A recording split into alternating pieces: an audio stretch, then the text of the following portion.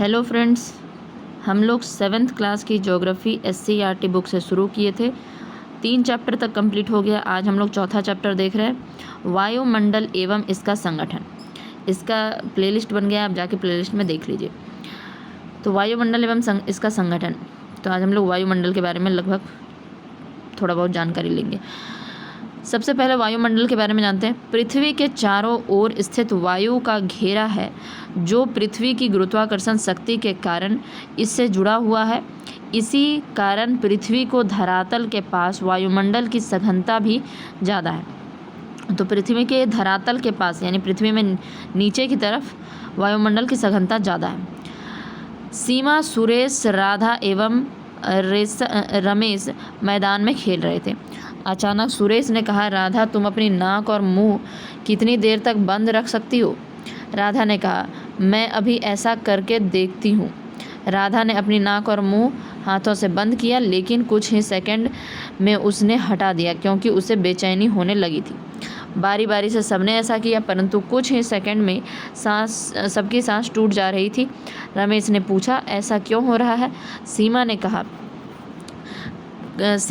ऐसा इसलिए हो रहा है क्योंकि सांस लेने के लिए वायु, हवा की आवश्यकता है जो नाक या मुंह के रास्ते हमारे शरीर में प्रवेश करती है, जो नाक बंद होने पर शरीर में प्रवेश नहीं कर पा रही है।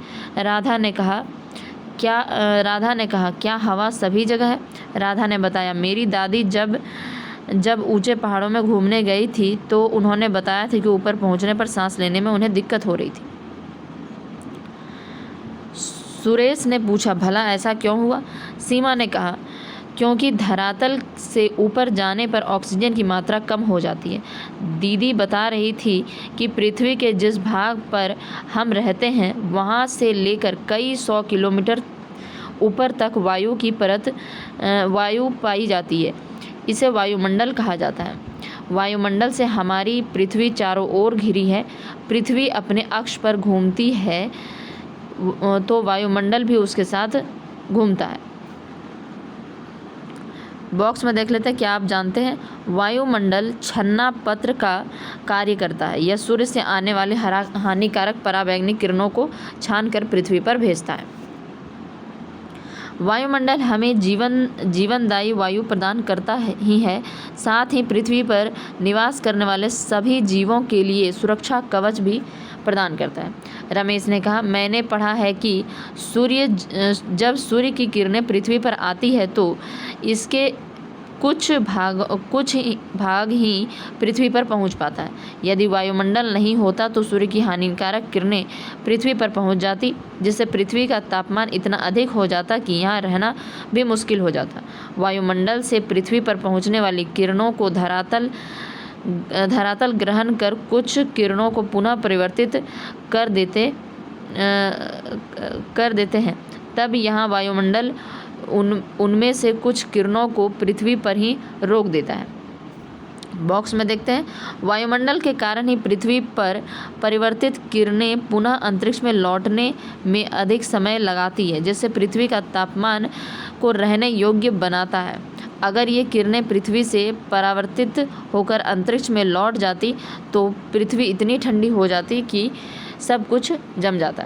देखिए, पृथ्वी पर जो भी किरण आता है वह वापस तो जाता ही है, लेकिन वापस जाने में थोड़ा वायुमंडल जो है उसको थोड़ा रोक देती है। ठीक है, तो वायुमंडल जो रोक देती है, इसी को ग्लोबल वार्मिंग कहते हैं। तो ग्लोबल वार्मिंग हमारे लिए मतलब थोड़ा मात्रा में ठीक भी है, ताकि हम लोग यहाँ रह पा रहे। नहीं तो पृथ्वी इतना ठंडा हो जाता कि हम लोग रह ही नहीं पाते।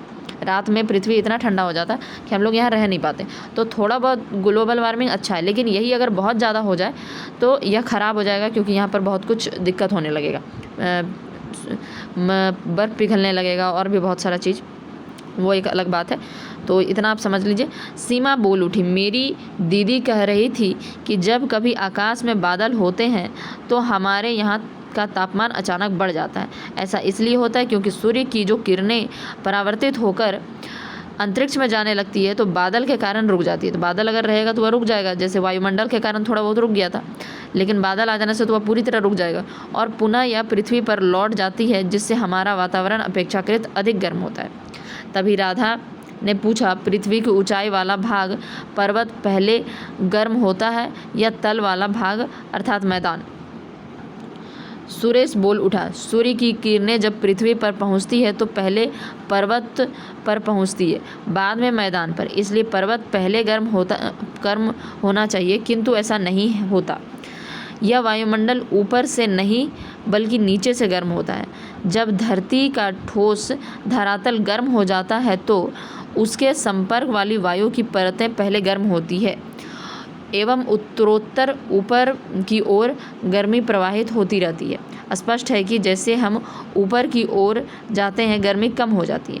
तो वही कहा जा रहा है कि सूर्य की जो किरणें हैं वह सबसे पहले किस पर पड़ती है? पहाड़ों पर पड़ेगी, उसके बाद धरातल पे। लेकिन धरातल पहले गर्म होता है और पहाड़ जो है वह लेट से गर्म होता है, क्योंकि गर्म होने का जो कहानी है वह नीचे से शुरू होता है, ना कि ऊपर से। जब नीचे सूर्य का किरण टकराता है तो वह धरती को पहले गर्म करता है, और धरती को गर्म होने के बाद वह धरती जो है वह बाकी वायुमंडल को गर्म करती है। वह वायु ऊपर उठ के ऊपर जाता है, ठीक है, और नीचे आ जाता है ठंडा वायु, फिर उसको गर्म किया जाता है। तो इस तरीके से चलता है, यानी कि नीचे का जो वायु होगा वह ज़्यादा गर्म होगा अपेक्षाकृत ऊपर के वायु के। वायुमंडल का संगठन।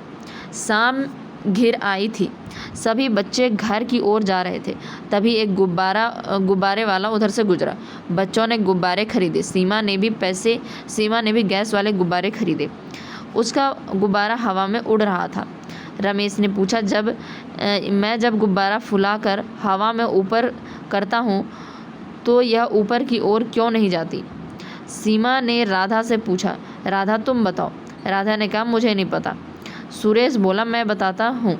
देखो, जब मुंह से हवा भरते हैं तो गुब्बारे में कार्बन डाइऑक्साइड गैस भरती है, जबकि गैस वाले गुब्बारे में हाइड्रोजन गैस होती है। चूँकि हाइड्रोजन गैस ऑक्सीजन व कार्बन डाइऑक्साइड हवा से हल्की होती है, अतः वह ऊपर की ओर उठती है, ठीक है। तो जैसे कि हम लोग जब मुंह से हवा भरते हैं तो हमारे मुंह से कौन सा गैस निकलता है? Carbon dioxide. तो कार्बन डाइऑक्साइड जो है वह भारी है हाइड्रोजन गैस से, और जब उसको गुब्बारे को जब मशीन से भरा जाता है, यानी कि पहले से ही भर के देता है, तो उसमें हाइड्रोजन गैस रहता है। हाइड्रोजन गैस जो रहता है वो ऑक्सीजन और कार्बन डाइऑक्साइड से ज़्यादा हल्का होता है, इसलिए वो ऊपर की ओर उड़ जाता है। देखते हैं यहाँ बॉक्स में क्या लिखा हुआ है, पता कीजिए। समुद्र के तल स्तर में वृद्धि से कौन कौन से क्षेत्र प्रभावित हो सकते हैं? कार्बन डाइऑक्साइड की बढ़ती मात्रा क्या क्या परिणाम हो सकते हैं? यानी कि अगर समुद्र का जल स्तर बढ़ जाए तो क्या क्या दिक्कत हो सकता है, इस बारे में बात करने के लिए कहा है। और साथ ही कार्बन डाइऑक्साइड की अगर मात्रा बढ़ जाए तो क्या क्या परिणाम हो सकता है। सबसे पहले तो हम लोग जानते हैं कि ग्लोबल वार्मिंग हो जाएगा। अब देखिए, राधा ने पूछा, वायुमंडल में कौन कौन सी गैसें हैं? वायुमंडल में गैसों का वितरण बताया जा रहा है। नाइट्रोजन जो है 78.3% है, ऑक्सीजन जो है 20.99% है, आर्गन जो है 0.94% है, और कार्बन डाइऑक्साइड जो है 0.03% है। तो याद रखिएगा, कार्बन डाइऑक्साइड का बहुत बार पूछ लेता है। 0.03%। आर्गन कितना है? 0.94%। हाइड्रोजन, हीलियम और ओजोन जो है 0.01% है, और कुल 100% मिल गया, ठीक है। तो ये सब जो छोटा मोटा है, यानी नाइट्रोजन 78.3%, ऑक्सीजन 20.99%, आर्गन जो है 0.94%, कार्बन डाइऑक्साइड 0.03%, हाइड्रोजन, हीलियम और ओजोन जो है 0.01%। यह जो संगठन बताया वह जरूर याद रहना चाहिए। संघनन वह प्रक्रिया है जिसमें जल वाष्प सूक्ष्म कणों के आसपास एकत्रित होते हैं, जिनसे बाद में वर्षण होती है, संघनन कहलाता है।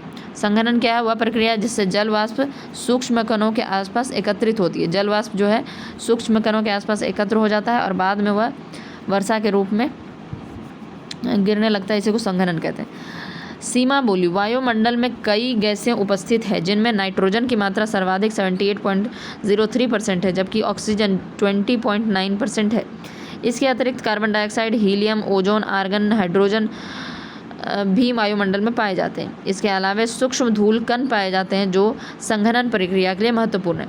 यानी कि सूक्ष्म धूल कण जो है उसी में वह क्या करता है, जल वाष्प को सोख लेता है और उस तरह से ग्रहण करते करते बड़ा हो जाता है, और यह संघनन की प्रक्रिया के बाद क्या होता है, वर्षा होता है। वातावरण में इन गैसों का प्रभाव नज़र आता है। राधा ने कहा, मैंने सुना है कि कार्बन डाइऑक्साइड गैस की बढ़ती मात्रा के कारण काफ़ी दिक्कतें हो रही है।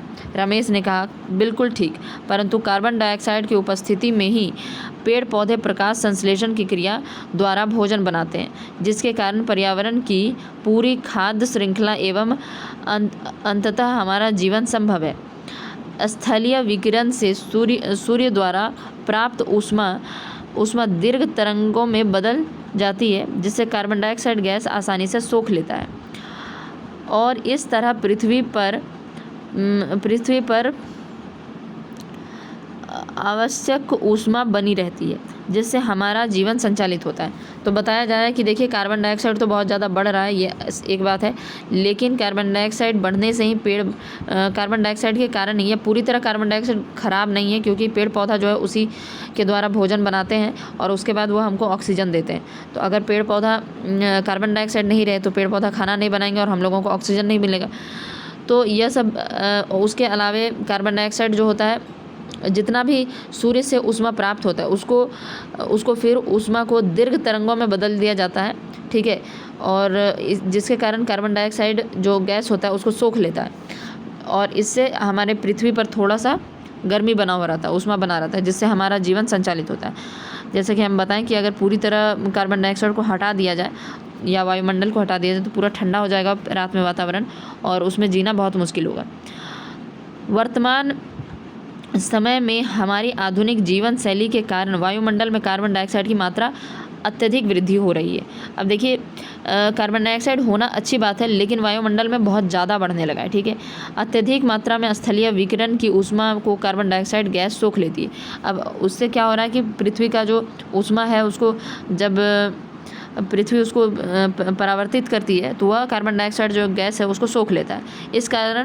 इस कारण भूमंडलीय तपन में वृद्धि हो रही है और जलवायु की दशाओं में भी परिवर्तन नजर आ रहा है तथा भूमंडलीय तपन हो रहा है।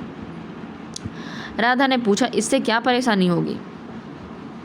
सीमा ने बताया, इससे पृथ्वी का तापमान में बढ़ोतरी हो ही रही है, जिसमें ध्रुवों पर तथा ऊंचे भागों पर जमी बर्फ पिघल रही है। तो क्या होगा, जब गर्मी ज़्यादा बढ़ने लगेगा तो जो जमी बर्फ है वह पिघलने लगेगा, फलस्वरूप समुद्र के जल स्तर में वृद्धि होगा। वह जो बर्फ़ पिघलेगा वह कहाँ आके गिरेगा, वह जाके अंततः समुद्र में जाएगा। जल स्तर की वृद्धि हो रही है, इसके परिणाम स्वरूप तटीय क्षेत्रों में जल स्तर बढ़ जाएगा, जिससे तटीय भाग जलमग्न हो सकते हैं। कई द्वीपों का अस्तित्व भी समाप्त हो जाएगा। बहुत सारे द्वीप हैं जो कि डूब जाएंगे पानी बढ़ने के कारण। जैसे गंगा नदी के डेल्टा के कुछ द्वीप पूरी तरह जलमग्न हो जाएंगे, वहाँ के लोग भी दूसरे जगह पलायन करेंगे। अब वहाँ पर जितने लोग हैं वह सब क्या करेंगे, दूसरे जगह जाएंगे। साथ ही जलवायु में भी परिवर्तन आ सकता है। परिणाम स्वरूप कुछ पौधे तथा पशु लुप्त हो जाएंगे। राधा ने पूछा, क्या ठंडे प्रदेश में भी ऐसा ही है? सुरेश ने कहा, नहीं, ठंडे प्रदेशों में कृषि उत्पादन के लिए उचित तापमान का अभाव रहता है। ऐसी स्थिति में वहाँ के लोग कांच या प्लास्टिक की पारदर्शी शीट से ऐसे घर बनाते हैं जिसमें सूर्य की किरणें प्रवेश तो कर जाती है परंतु बाहर नहीं निकल पाती। यह ग्रीन हाउस कहलाता है। तो ग्रीन हाउस क्या रहता है, वह एक प्लास्टिक या कांच का मतलब पारदर्शी शीट का बना हुआ था घर, जिसके अंदर प्रकाश घुसता तो है लेकिन निकल नहीं पाता है। इस प्रकार उस घर के तापमान में वृद्धि हो जाती है जो सब्जियों के उत्पादन के लिए उपयोगी है। तो यानी कि कुछ मात्रा में वहाँ का तापमान ठंडे प्रदेश का बहुत कम होता है, जिससे कि जो कुछ चीज़ है, सब्जी साग यह सब उग नहीं पाता है, तो उसके लिए ग्रीन हाउस बनाया जाता है। वायुमंडल की संरचना देखते हैं। रमेश ने पूछा, क्या पृथ्वी सतह के ऊपर भी कोई परत है? रमेश ने पूछा, क्या पृथ्वी की सतह के ऊपर भी कोई परत है? सीमा बोली, हाँ, पृथ्वी की सतह से करीब 1000 किलोमीटर की ऊंचाई तक वायुमंडल का विस्तार पाया जाता है। ऊंचाई के साथ साथ वायुमंडल के तापमान एवं दाब में बदलाव होता रहता है। इस बदलाव के आधार पर वायुमंडल को 5 परतों में बांटा गया है: क्षोभ मंडल, समताप मंडल, मध्य मंडल, बाह्य मंडल, बहिर्मंडल। ठीक है, तो देखिए यहाँ पर बॉक्स में भी बनाया गया है। नीचे क्षोभ मंडल है, उसके बाद क्या है, समताप मंडल, मध्य मंडल, ऊष्मा मंडल या इसको क्या कहेंगे आयन मंडल, तो इसको बाह्य मंडल भी कहते हैं, और उसके बाद को कहते हैं बहिर्मंडल। ठीक है, तो याद रखिएगा। तो क्षोभ मंडल जो है 8 किलोमीटर से 18 किलोमीटर तक होता है। उसके बाद आता है समताप मंडल, जिसके नीचे में ओजोन मंडल भी रहता है। ठीक है, तो जेट यान और जितना भी है ये सब चीज़, जेट यान ये सब समताप मंडल में चलते हैं, मतलब जहाज वहाज जितना भी होता है वह समताप मंडल में चलते हैं। मध्य मंडल में उल्का पिंड आकर गिरता है, लेकिन वहीं पर ख़त्म हो जाता है मध्य मंडल में। उसके बाद आता है बाह्य मंडल या ऊष्मा मंडल कहते हैं, इसको आयन मंडल भी कहते हैं। उसके बाद है बहिर्मंडल। ठीक है, तो इसका कितना दूरी है वह याद रखिएगा।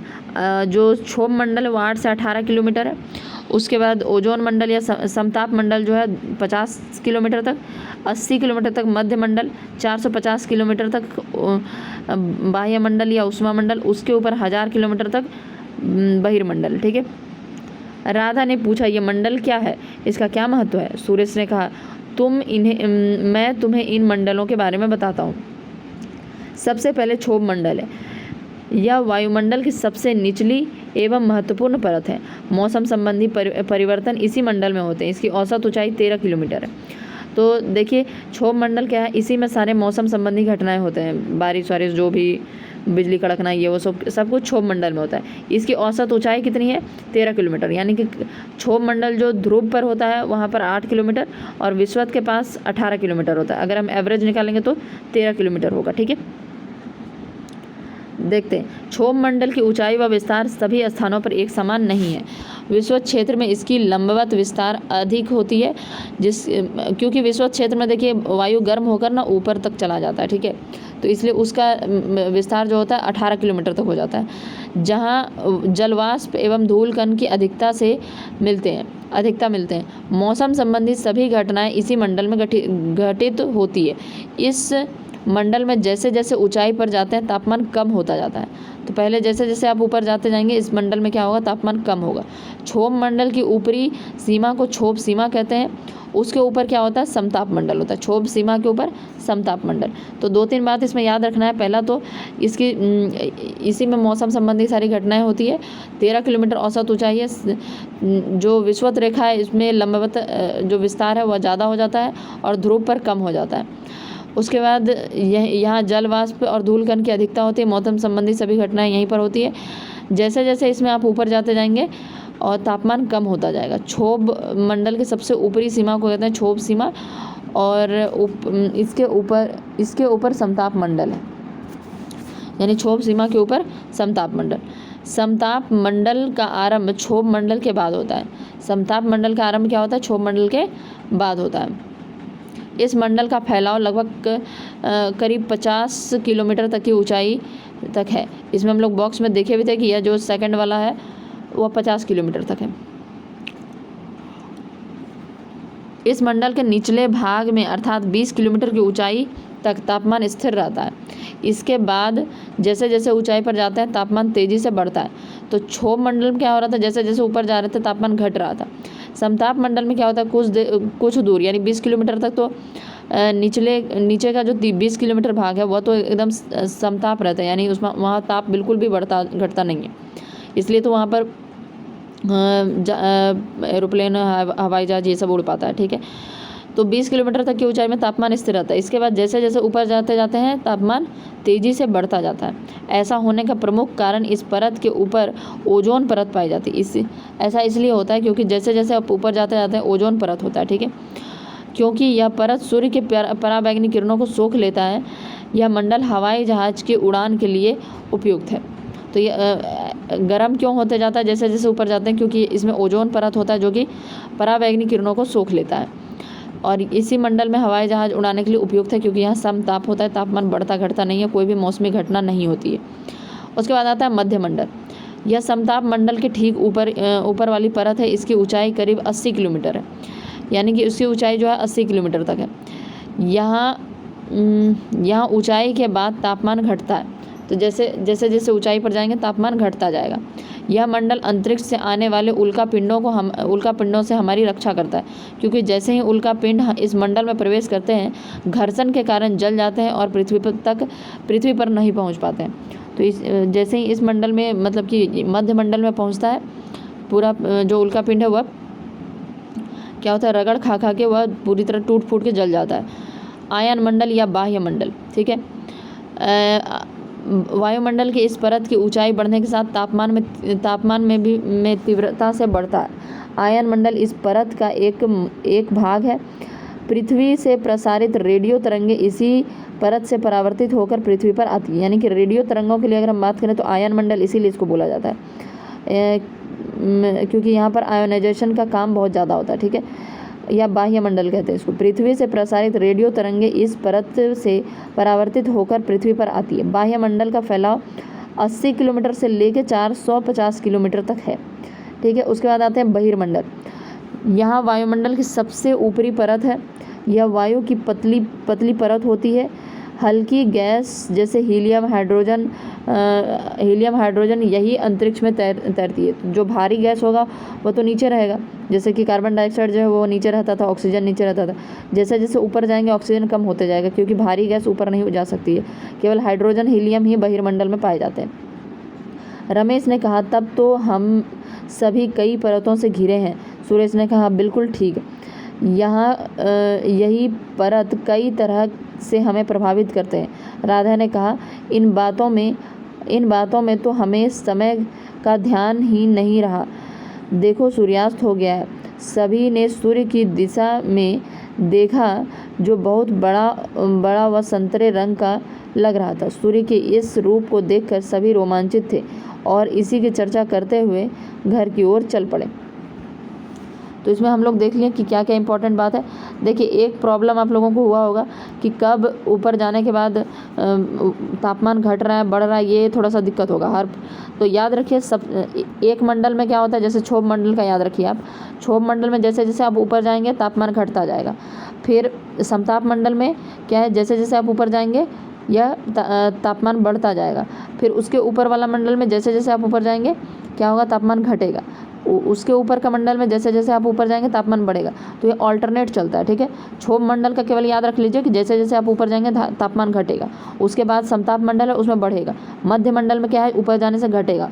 आयन मंडल या बहिर्मंडल में क्या है, जैसे जैसे आप ऊपर जाएंगे तापमान घटेगा। और सबसे ऊपर वाला की भी बात करें तो उसमें वैसा कुछ होता नहीं है, घटना बढ़ना ये नॉर्मल है, ठीक है। तो ये एक प्रॉब्लम था, हम आपको सॉल्व कर दिए कि अल्टरनेट चलता है घटने बढ़ने का काम। तो यह चैप्टर भी कंप्लीट हो गया।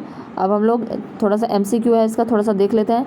पृथ्वी की सतह से ऊपर की ओर जाने पर सांस लेना कठिन होता है, क्योंकि वातावरण में कार्बन डाइऑक्साइड की मात्रा बढ़ जाती है, वातावरण में ऑक्सीजन की मात्रा कम हो जाती है, ठीक है। तो घ नंबर हो जाएगा इसका आंसर। पहले कौन सा भाग गर्म होता है?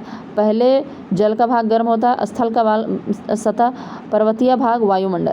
तो सबसे पहले स्थल का भाग गर्म होता है, ठीक है। उसके बाद आता है वायुमंडल में ऑक्सीजन की मात्रा है। ऑक्सीजन की मात्रा कितनी है? 20.99%, ठीक है। वायुमंडल की सबसे पहली परत है क्षोभ मंडल। रेडियो तरंगे किस परत में परावर्तित होकर पृथ्वी पर वापस लौटते हैं? तो यह आयन मंडल में होता है, ठीक है। आयन मंडल की जगह हो सकता है आपको बाह्य मंडल भी दे दे तो वह भी सही होगा। तो यह चैप्टर कंप्लीट हो गया। अब हम लोग नेक्स्ट चैप्टर में मिलेंगे। Thank you.